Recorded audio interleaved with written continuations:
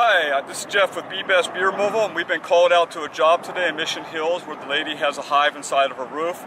Another company came out, eliminated the bees, and they don't provide the service of hive extraction, so she called us up to come and do that portion of the job. So today we're going to be cutting into the roof, and we're going to be removing the honeybee hive, honeycomb, and vacuum out all the dead bees, and the honeycomb and any honey that might have ran inside the structure. I want to kind of point something out before we start.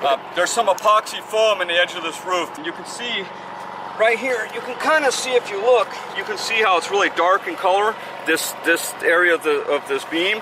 And if you look at this one, it's not that color. If you look at, they're very different color. In this one here, even, it's different. Usually when you see that, not in all circumstances, but the fact there was a beehive here and it's a lot darker, that's usually an indicator that's a landing stain. Now this is why we don't do this. You can see, it looks bad. We're going to go ahead and clean it up a little bit. Yeah, you can definitely tell the difference there. And then, we quit using this about 20 years ago. One, it doesn't work, it breaks down, especially in the sun, the UVs, it breaks down, and then the bees can get back in anyways. If you're going to bee-proof, I recommend a good silicone product. 100% siliconized product is the best, although it's not paintable. So in a situation where you need it to match up and you want to paint and it's in the front of your house, an area that's highly visible, maybe you're going to go with a latex product that's paintable, and also 1/8 inch screening. In fact, you can see the flashing line right here. I said about 5 to 6 inches. If you look, you can kind of see it right there. It's kind of it's not real visible, but you can see the pattern. You can kind of see that line right there, how it kind of comes down. So I'm going to stay back away from that because I don't want to hit the flashing. Nice neat opening, a jigsaw puzzle, exactly. You can try to save as much of these membranes as you can. They can lay in there and you don't got a bunch of little tiny pieces. You're not doing these tiny little openings where they've got like 5, 6, 7, or 8 different little patches. This is the result of an inexperienced person. There's no reason why it should be cut open like this. It's one thing if you got 2 big pieces as opposed to 5 or 6 little pieces, because that's a lot more seams and a lot more areas where the water can penetrate and leak down into the roof.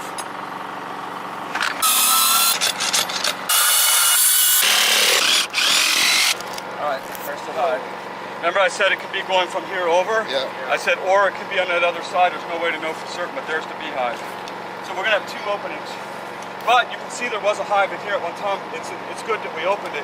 You clean it out. You can see all the dead bees. So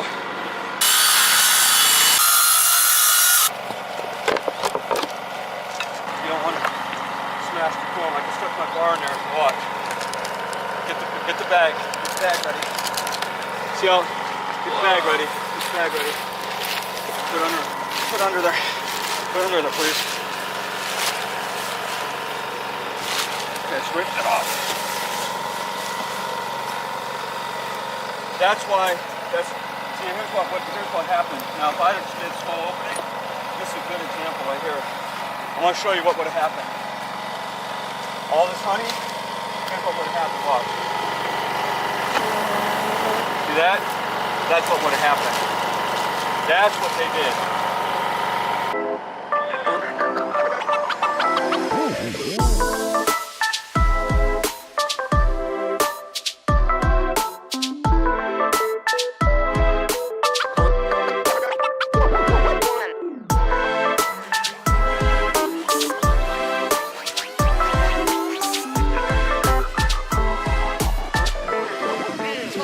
Let's go.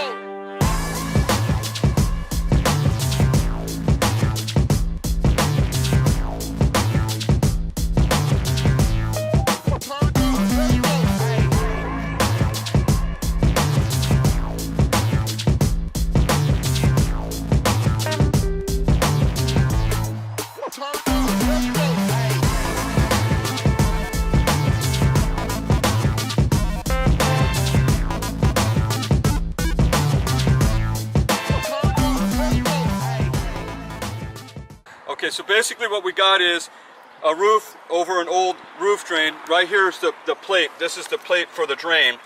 Now, at some point in time, they decided to do a different type of roof and there was no need for this drain anymore. But when they re-roofed over this and reconfigured the roof structure, this wasn't sealed up. And most of the time people don't think about bees when they're doing work on a structure, you know, unless it's your profession. You're not going to look at things where bees can enter unless it's what you're doing day in and day out. But what happens is they gained access into the roof space because they came up through the drain. Then once they got into the drain, there's a pocket area right here, and they were able to bypass in between the plywood layer and this plate and then gain access down into these roof cavities. Okay, so what we're going to do is there's no need any longer for this drain because this drain's not draining water any longer. So what we're going to do is we're going to go ahead and we're going to seal this up. We're going to cut some screening, we're going to silicone it, and we're going to basically seal this drain, and they'll never be able to get in here again. And you know, mice won't be able to get in either, or rodents, so not only just keeps bees out, it'll keep other animals out as well. This was a tough job, you guys. This was a big one. We had to open up 2 bays. There was an old hive in there, plus a new hive that's been in there probably for about 9 months to a year, I'm guessing.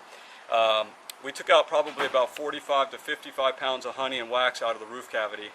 It's all cleaned out now. The job went well, with the exception that we had to open up twice as big as we thought we were going to have to originally. So now we basically get a hold of a roofer to do the repair. Fortunately, this gal has had the same roofer for 42 years, so he knows about this house and how it's constructed. So he's going to come out probably later today or tomorrow and do the repair on it. But everything went really well. Do you know what's in your roof?